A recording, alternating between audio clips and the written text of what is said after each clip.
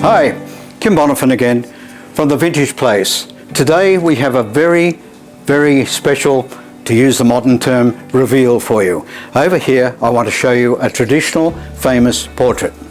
This is a self-portrait, an original copy, not the original unfortunately, of Rembrandt, done by Rembrandt of himself. Now this is a portrait. What is a portrait?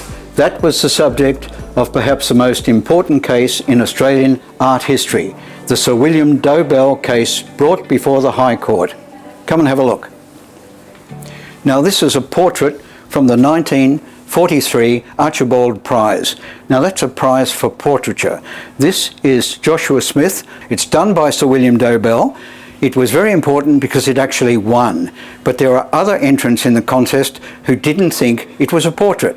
They thought it was too much of a caricature, and they brought a court case against the trustees of the Art Gallery in New South Wales, and that went into 1944 and they lost. Mary Edwell Burke, known as Mary Edwards, and Joseph Walensky brought the case in the High Court of Australia that this was not a portrait, like the one I showed you before, which clearly was a portrait. Dobell was criticised even though he won.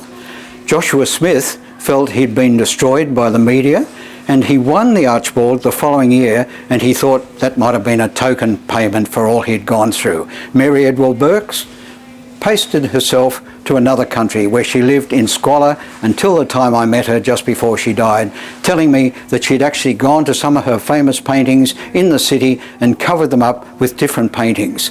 Now I haven't worked out which ones they were, but it's a sad story because she had left Australia and felt disgraced by losing the court case. In the meantime, portraiture changed in Australia. A caricature became, well, you've seen some of the portraits later. They're not exactly accurate like this one or the one that Rembrandt did. They're more like caricatures, as I've said.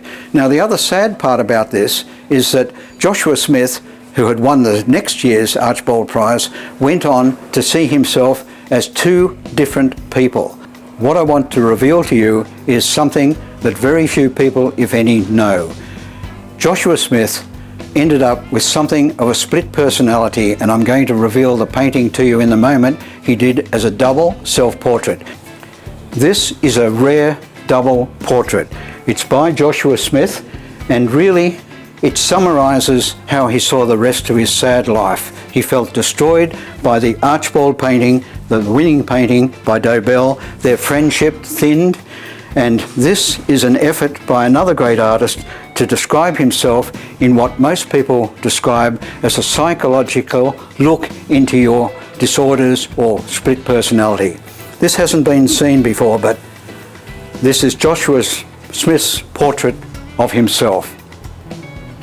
As I said, this is a rare double self-portrait. Here we have Joshua Smith describing himself twice, almost exactly the same, but clearly two different personalities. One that was in the portrait for the Archibald Prize, and one in his life. It's a very sad portrait because it shows that towards the end of his life, he wasn't sure, had never learnt to cope with that fame, if you can call it that, of three people, three different outcomes, three sad outcomes from a simple entry in a famous art exhibition. You'll remember the previous edition we had where we talked about Pro Hart. This is similar to the one we had before, which has since been sold, but got the colours in it and the traditional Australian side. But you'll also know him. He's quite famous for his fireflies and things like that. This one relates to what we showed you from the Mining Council, the big one we showed you before. These are all etchings, by the way, by Pro Hart, and this one is very similar to what he did for me when he drew ants on an envelope for me when I first met him. Pro Hart, there's a few of them here in our shop in the Vintage Place, and we know quite a lot about his works if you want to bring one in for valuation or anything like that. While we're talking about art, I'd like to just tell you a little bit about the art I've done over my life. I'm lucky enough to be one of those untrained artists, and these are some of the works I've done. The Doors in the Rocks, my time in Nigeria. Up here you'll see my efforts to try and capture Australian opals, and my favourite one is the one up there of Pittwater, this one at night, but I've got daytime ones in both London and New York.